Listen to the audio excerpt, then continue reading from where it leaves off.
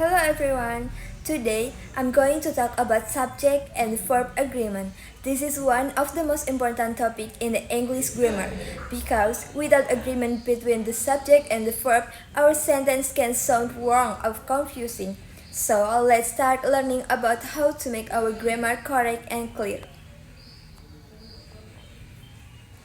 First, definition. What is subject and verb agreement? It means the verb in the sentence must match the subject in both number and the person. If the subject is singular, the verb must also be singular. If the subject is plural, the verb must be plural too. For example, we say she walks to school every day, not she walked to school. Adding s to verb shows the subject she is singular. Next, basic rules. Now let's look at the basic rules. Rule number 1, a singular subject takes a singular verb, usually by adding s or as. For example, he plays football.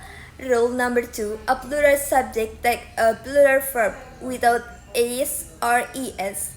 For example, they play football.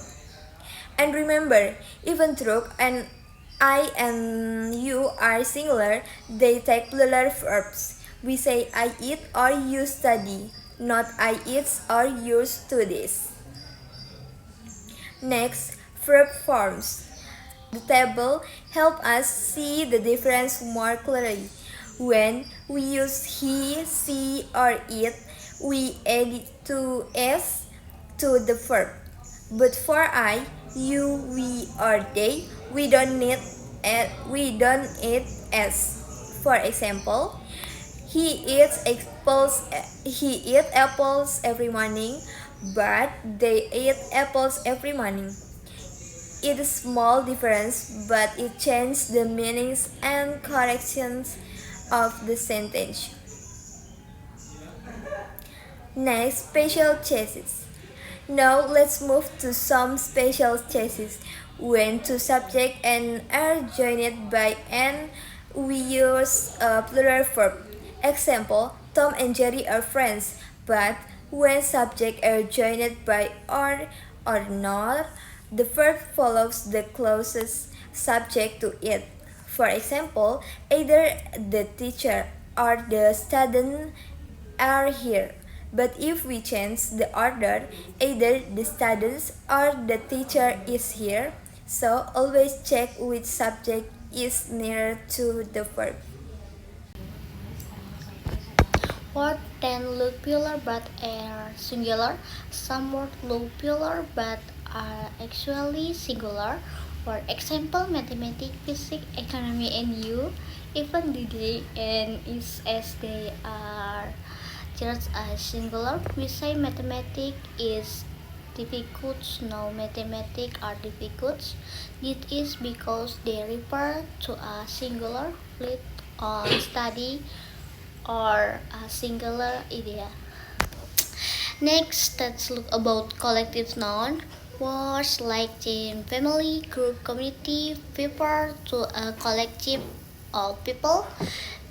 P can be a singular or plural depending on the meaning. If the group action with units, we use a singular verb. For example, the team wins the games. But if the members are acting individually, we use a plural verb. Example, the team are arguing among themselves.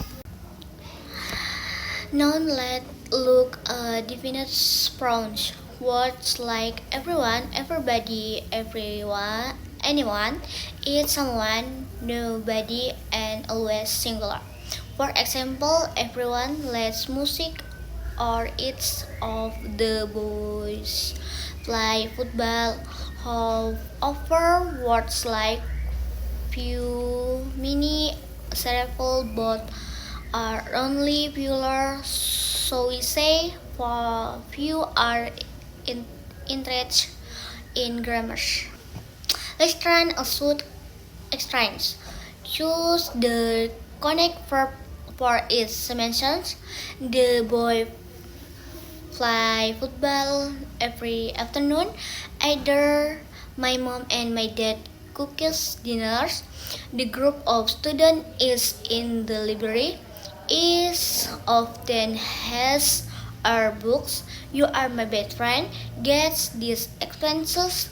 So how so exchanges make a big difference in grammar. Closing to summarize subject and verb and grammar help is make camel say connect and naturally.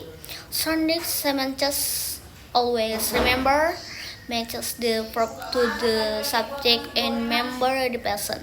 Be careful with spells words like is, someone and you. And finally practice a lot. Then more you practice, then more naturally in will we speaking of writing in English. Thank you for listening.